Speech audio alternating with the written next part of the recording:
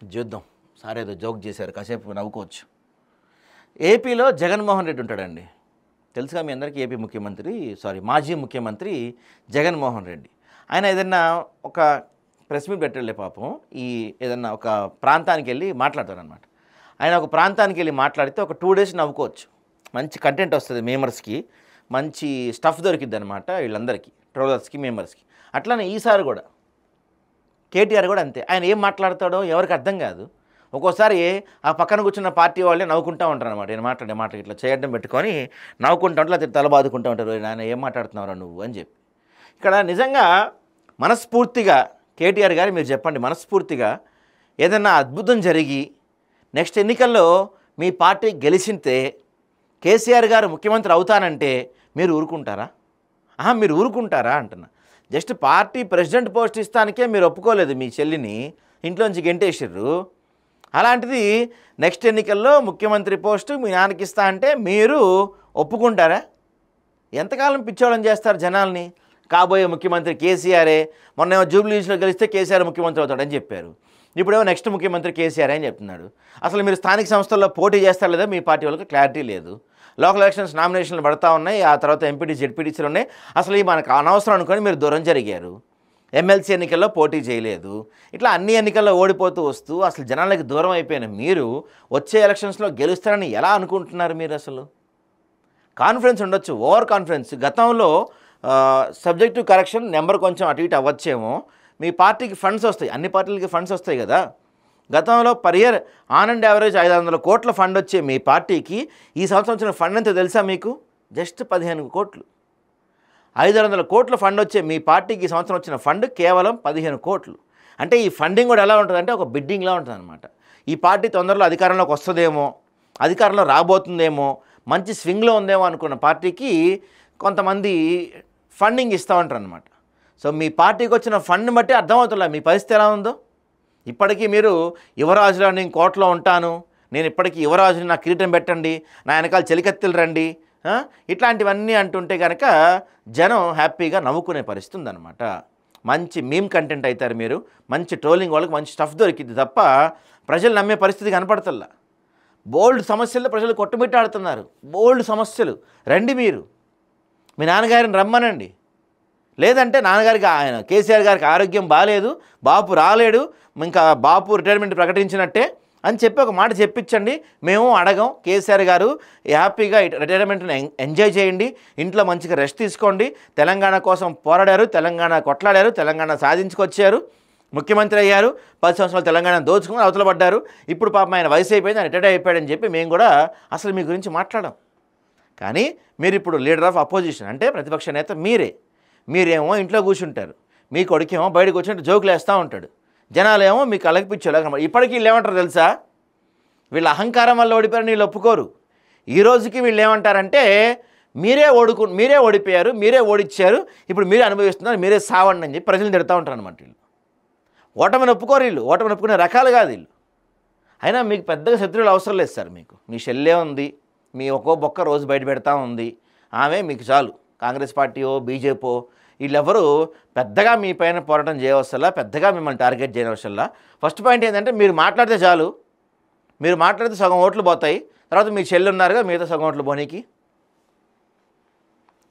రాజకీయాల్లో గెలుపుడులు సహజం అంట, మళ్ళీ గెలుస్తామని చెప్తున్నారు. మళ్ళీ గెలుస్తారంటున్నారు కానీ అది ఏ ఎన్నికల్లోనో చెప్పట్లా. మరి 28 ఎన్నికల్లో యుద్ధం మొదలైద్దంట.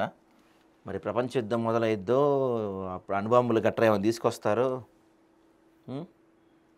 ఏమంటారు? ఏ యుద్ధం మొదలైద్దంటారు? కాంగ్రెస్ చేస్తున్న మోసాలను ప్రజల సమక్షంలో బయట పెడతామని పిలుపునిచ్చారంట.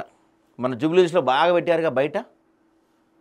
కల్వకుర్తి నియోజకవర్గం నుంచి బీఆర్ఎస్లోకి భారీగా చేరికలు జరిగాయి.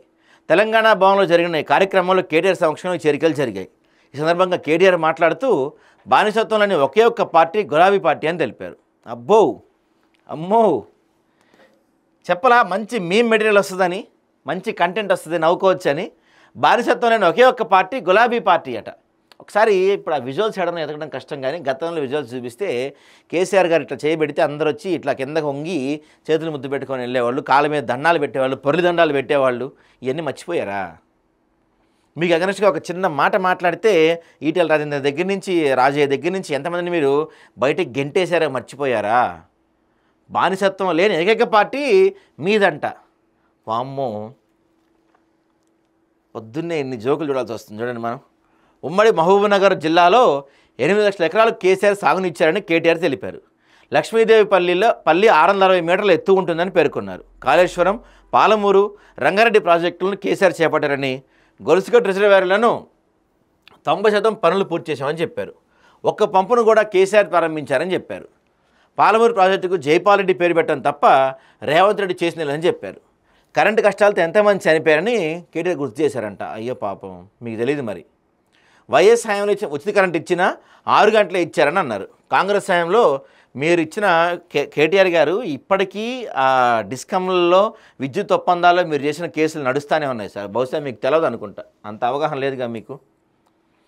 కాంగ్రెస్ హయాంలో కరెంట్ రాలేదని రేవంత్ రెడ్డి చెప్పాడన్నారు. కేసీఆర్ హయాంలో మిషన్ భగీరథ సాగునీరు తెచ్చుకున్నామని తెలిపారు.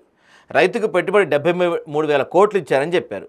మన పార్టీ నాయకుల్లో అనైసికతోనే ఓడిపోయామని చెప్పారంట. మనం చేసే పనులు సరిగా చెప్పుకోలేకపోయారంట. అయ్యా, అసలు మీరు చేసింది చెప్పుకోకపోవటం ఏంది? సోషల్ మీడియాలో మీరేగా ఉండేది, మొత్తం కోట్లు పెట్టి టీవీ నడుపుతున్నారుగా, మీరు చెప్పుకోలేకపోవటం ఏంది సార్? అసలు కాళేశ్వరం ప్రాజెక్టు 93,000 కోట్లు ఖర్చు అయిందని, కానీ రాహుల్ గాంధీ వచ్చి 1,00,000 కోట్ల కుంభకోణం అంటే ప్రజలు నమ్మారని అన్నారు. చూసారా, మళ్ళీ ప్రజలనే అంటున్నారు. మీ బావ హరీష్ రావు ఒక పవర్ ప్లాంట్ ప్రజెంటేషన్ ఇచ్చాడయ్యా, చూడు నువ్వు కేటీఆర్.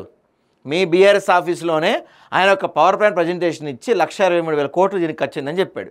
నువ్వేమో 93,000 కోట్లు ఖర్చు అయింది అంటున్నావు. నీకు సబ్జెక్ట్ లేదు, లేకపోతే మాట్లాడక ఎందుకు? సబ్జెక్ట్ లేనప్పుడు మాట్లాడతావు ఎందుకు నువ్వు? మేము మెటీరియల్ అవుతున్నావు అనవసరంగా. 10 ఏళ్ళ అధికారంలో ఉన్న కేసీఆర్ బాధ్యుడా అని నిలదీశారు. 420 హామీలను కాంగ్రెస్ నాయకులు తొంగలో దొక్కారట. ఇప్పుడు ఏం చేశామని సీఎం రేవంత్ రెడ్డి నిలదీస్తే ఫ్రీ బస్సు అంటున్నారు. మహిళలకు ఫ్రీ అంటూ పురుషుల దగ్గర డబల్ రేట్ వసూలు చేస్తున్నారు. ఇవన్నీ అయిపోయినాయి. కేటీఆర్ కొత్త ఎత్తుక్కోవాలి నువ్వు. ఫ్రీ బస్సు గురించి, హైడ్రా గురించి, రేషన్ కార్డుల గురించి, వీటి గురించి జనం నువ్వు చెప్పే మాటలు నమ్మే పరిస్థితి లేరు. ఎందుకంటే నువ్వు చెప్పింది నమ్ముంటే మన జూబ్లీ హిల్స్లో నువ్వు కొంతన్నా ప్రభావం చూపు ఉండాల్సింది. 25,000 ఓట్లతో ఓడిపోయారు మీరు. అంటే మీరు పెద్ద పెద్ద స్క్రీన్లు పెట్టి, ఎల్ఈడి స్క్రీన్లు పెట్టి చూపించినవన్నీ ఎవరు జనం నమ్మలా. ఫ్రీ బస్తో కొన్ని కష్టాలు ఉండొచ్చు. నేను కాంగ్రెస్ పార్టీ వెనకేసి రావట్లా. ఫ్రీ బస్లో కొన్ని కష్టాలు ఉండొచ్చు, కొన్ని ఇవి కూడా ఉన్నాయి.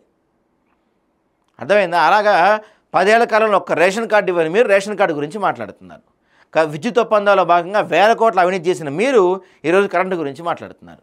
మిషన్ భగీరథ, మిషన్ కాకతీయ, కాళేశ్వరంతో 1,00,000 కోట్లు దోచుకున్న మీరు ఈరోజు స్కామ్ల గురించి మాట్లాడుతున్నారు. తెలంగాణ చుట్టుపక్కల ఎక్కడ చూసినా కొన్ని లక్షల ఎకరాలని దోపిడీ చేసిన మీరు ఈరోజు రేవంత్ రెడ్డి ప్రభుత్వంలో జరుగుతున్న భూదందాల గురించి మీరు మాట్లాడుతున్నారు. రేవంత్ రెడ్డి ప్రభుత్వంలో భూదందాలు జరుగుతూ ఉండొచ్చు, నేను కాదంట్లా, జరుగుతున్నాయి. కానీ మాట్లాడే అర్హత మీకు ఎక్కడుంది? మాట్లాడే హక్కు మీకు ఎక్కడుందని నేను అడుగుతున్నా.